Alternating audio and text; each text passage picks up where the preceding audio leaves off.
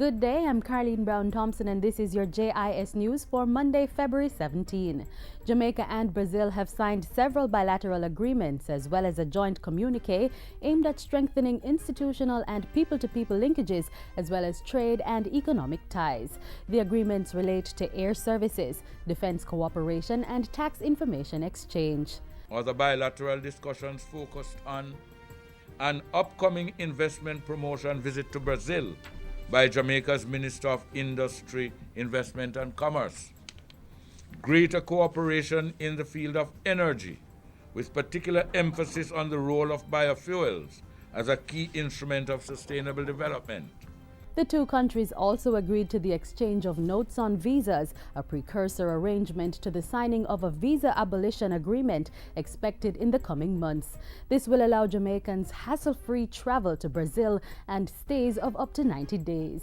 What we are doing here today and what we will do in the next phase of our contacts will, in a certain way, give even more substance and even more depth to this relationship. The agreements were reached after the inaugural meeting of the Jamaica-Brazil Joint Commission last Thursday. Meanwhile, Foreign Affairs and Foreign Trade Minister Senator A.J. Nicholson has underscored the importance of export-led growth and reducing Jamaica's trade deficit. The importance of trade to Jamaica's growth and development is illustrated by the fact that trade constitutes over 90% of our GDP. This means that trade is critical to job creation and income generation. The minister was speaking at the Consular Corps International Exhibition and Trade Expo recently. He said every opportunity for trade and investment must be explored and revealed that his ministry was supporting that through economic diplomacy.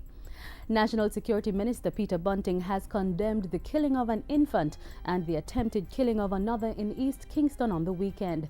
The minister was speaking at a peace march put on by the Rockfort Development Council. It was prompted by the killing of a man and an 18-month-old child and the wounding of a mother and father as they shielded their 2-month-old baby from an attempted reprisal killing. Minister Bunting said that in spite of the outrage and anger, he was encouraged by the stand against crime taken by the community members participating in the march. This is what the Unite for Change campaign is all about. It is about citizens being empowered to take back their communities from criminals, from criminal gangs, from the gang culture, from the tolerance of criminality and criminal behavior. Police Commissioner Owen Ellington expressed similar sentiments. There are times when you're going to feel frustrated, you're going to feel like things are not going the way you want it to go, but keep at it.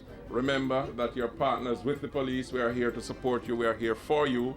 70 Jamaicans from the parishes of St. Mary, St. Anne and Portland are now recipients of land titles which were made available through the Cadastral Mapping and Land Registration in Jamaica project.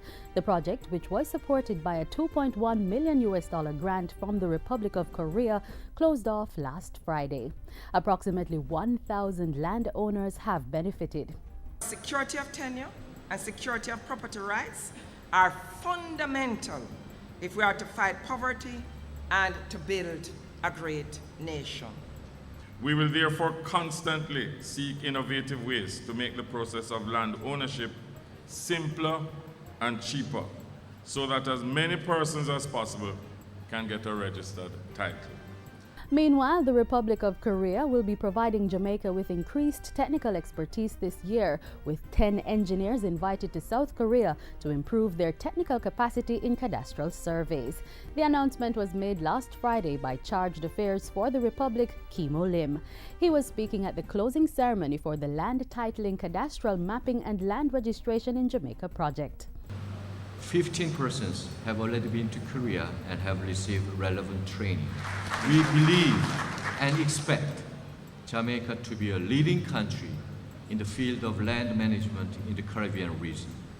And finally, in a bid to streamline approaches to education, the Jamaica Teachers Association is to stage a 4-day education summit across 3 parishes. JTA is partnering with the Ministries of Education and Foreign Affairs, as well as representatives of the Jamaican diaspora, to execute the summit from February 18 to 21. To discuss the issues, challenges, and new opportunities for the education sector in Jamaica.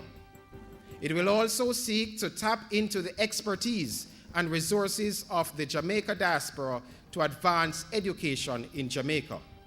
The summit kicks off on February 18 at the Hilton Hotel in Montego Bay, followed by a tour of schools in the corporate area on February 19. On February 20, the summit will be held at the Cedar Grove Academy in Portmore and wraps up on Friday, February 21 at the JTA's head office in Kingston. And that's it for JIS News Today. I'm Carleen Brown-Thompson. Thanks for watching.